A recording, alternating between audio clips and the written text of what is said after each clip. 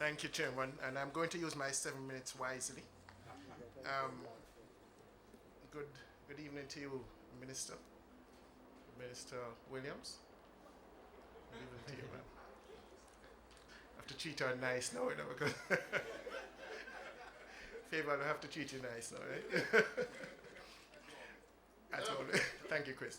So, ladies and gentlemen, all protocols observed. Thank you all for coming out on a Friday evening. I mean, I'm really happy to see you all out here, on a Friday evening. So for that, we're going to have a party when we're done. How about that?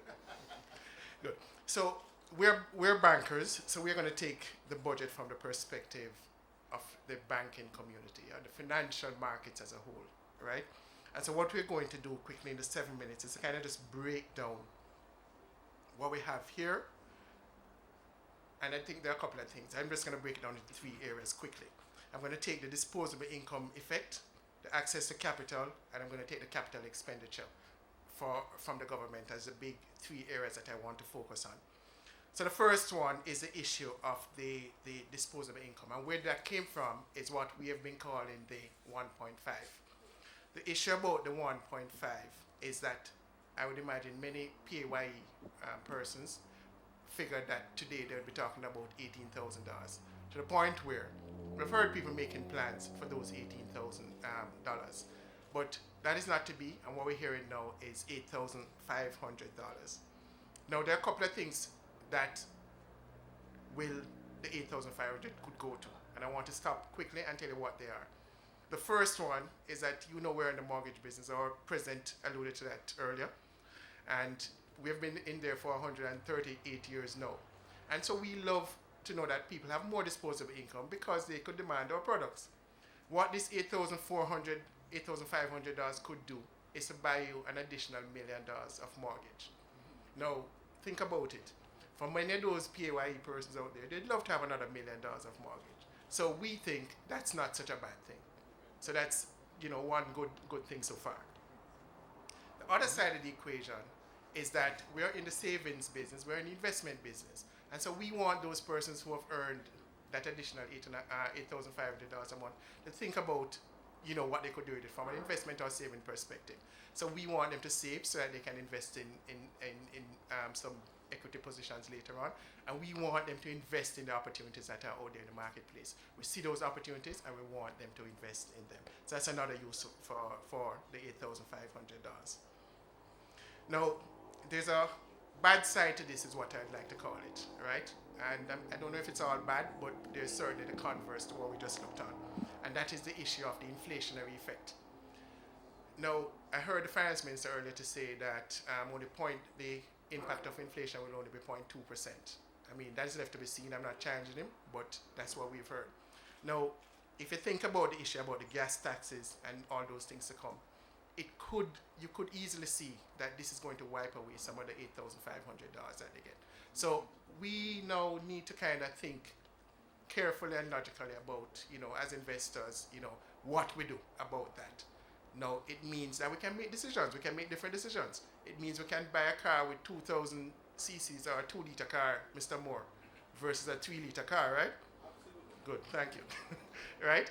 And we could buy a diesel vehicle versus a gas vehicle. So the point is, we can make decisions, and we have to make different decisions when things change. And so that is the approach that I want the investing public to take to things like this. So yes, we see the inflation effect, but there are ways that you can mitigate it by doing different things.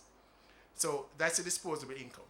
Now, there is an issue that we have to worry about, Minister Williams, and that is the impact on inflation. Now, it sounds good to say that it's not going to be impactful, but look on what has happened with our exchange rate over the last 3 years. We have moved by, the exchange rate depreciation over the last 3 years have been more than the movement in inflation. What does that tell you? That there are some issues outside of just the inflationary effect that is affecting the dollar. So yes, inflation won, so we have to contain inflation. And on the other side of that, we have to now look on what is driving people in this direction, and that is interest rates. Inflation affects interest rates. And one of the things that we have seen is that interest rates have come down, especially Jamaican dollar interest rates, have come down to a level that they don't seem to be able to go below. Why? Because simply put, in 2014 we had inflation of 6.4. Last year, up to now, the treasury bill, 6 months treasury bill rate is 5.7 or 8. So it means people are making negative returns. And so once you're making negative returns, you're not going to stay in that currency. So what it means is that people are going to go to the US dollars. And so the point I was making about the inflation, not just the inflation affecting the exchange rate, is that now people are making position shifts. And position shifts are affecting the exchange rate. So we have to take a close look at that. Because if we start having the effect on the exchange rate, it's going to affect a number of other things that we do. Access to capital for the SMEs. This is an important area we find, right? And the minister made 2 announcements related to that. One being the formalizing the regulation for the microfinance sector, and 2 being the issue of restoration of the junior market benefits. He didn't make that presentation yesterday, but he said it before. Now, the first matter regarding the microfinance, many of the people in the microfinance sector will tell you that they can't get financing even though there's plenty of money out there in the marketplace.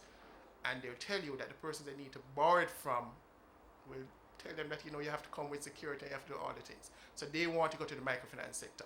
So in my view, Minister, an area that we could focus on is the microfinance. And I'm happy to hear the announcement about the area of microfinance. And if we can get financing out to these small entities, they, as you know, are the biggest engines of growth in an economy. And we want to get some financing out to them. We have helped them in different, those SMEs in different ways by raising capital for them on the market. And so we're happy to hear about the restoration of the junior market tax benefits.